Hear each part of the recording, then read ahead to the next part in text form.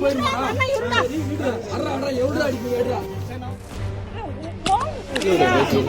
போடு.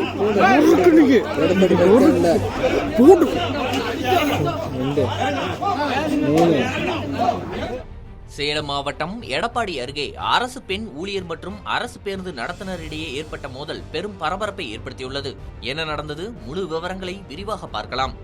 சேலம் மாவட்டம் எடப்பாடி அருகே உள்ள ஆலச்சம்பாளையத்தை சேர்ந்த பிரியதர்ஷினி சேலம் மாவட்ட ஆட்சியர் அலுவலகத்தில் ஊரக வளர்ச்சித்துறையில் பணி உதவியாளராக பணியாற்றி வருகிறார். கடந்த ஜூலை 7ஆம் தேதி இரவு சேலத்திலிருந்து எடப்பாடி நோக்கி அரசு பேருந்தில் பயணம் செய்தபோது ஒரு இருக்கையை மையமாக வைத்து அவருக்கும் அரசு பேருந்து நடத்துனருக்கும் இடையே வாக்குவாதம் ஏற்பட்டதாக கூறப்படுகிறது. இந்த விவகாரம் அங்கேயே முடியவில்லை. பிரியதர்ஷினி அளித்த புகாரின்படி நடத்துனர் மதுபோதையில் தகாத வார்த்தைகளால் பேசியதோடு பயணத்தின் நடுவிலேயே தன்னை பேருந்திலிருந்து இறக்கிவிட்டதாக தெரிவித்துள்ளார்.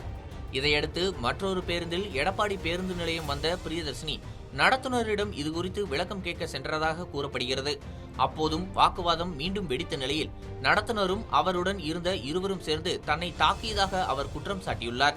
மேலும் கன்னத்தில் அறைந்தது, தலைமுடியை பிடித்து கீழே தள்ளியது, நெஞ்சில் மிதித்தது என பல்வேறு குற்றச்சாட்டுகளையும் அவர் தனது புகாரில் பதிவு செய்துள்ளார்.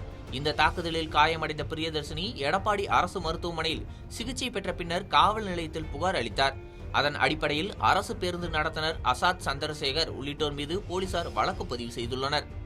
ஒரு 20 பேரான புது பஸ் ஸ்டாண்ட்ல ஏறினாங்க. நாங்க டிக்கெட் எடுத்து முன்னாடி ஜன்னல் எடுத்து நாங்க உட்கார்ந்துட்டு வந்தது. அப்பதான் இவர் வந்து எந்திரிச்சு நீங்க வேற பக்கம் உட்காருங்க, ஹிந்திக்கார் ஏறாருனாங்க. நாங்க முஸ்லீம் அம்மா இன்னொருத்தர் எல்லாம் ஏறிங்கி ஒரு 3-4 சீட்ல நாங்க உட்கார்ந்துட்டோம்.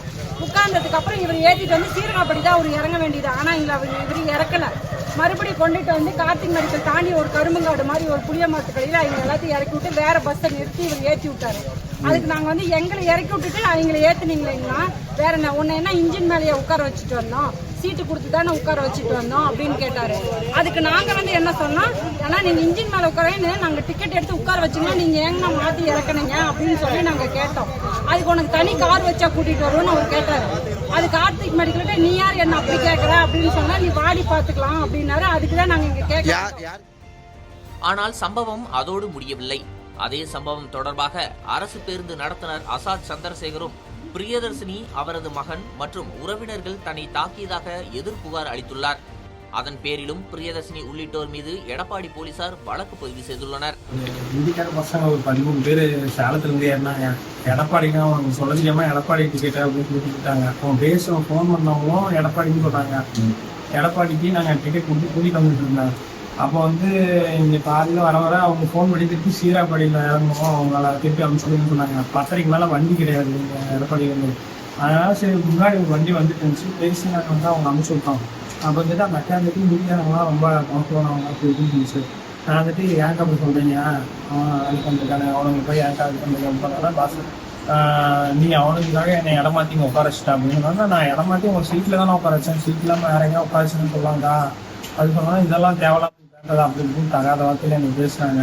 சரிங்கக்கா அப்படின்னு சொல்லிட்டு வந்துட்டு அப்புறம் நான் வரத்துக்குள்ள பஸ் ஸ்டாண்ட் வந்து அவங்க நின்றுட்டு இருந்தாங்க.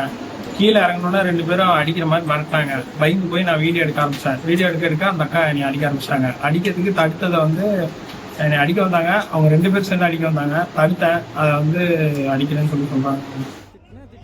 இந்த நிலையில் இரு தரப்பினரும் ஒருவரை ஒருவர் தாக்கிக் கொண்டதாக கூறப்படும் வீடியோ சமூக வலைதளங்களில் வேகமாக பரவி வருகிறது.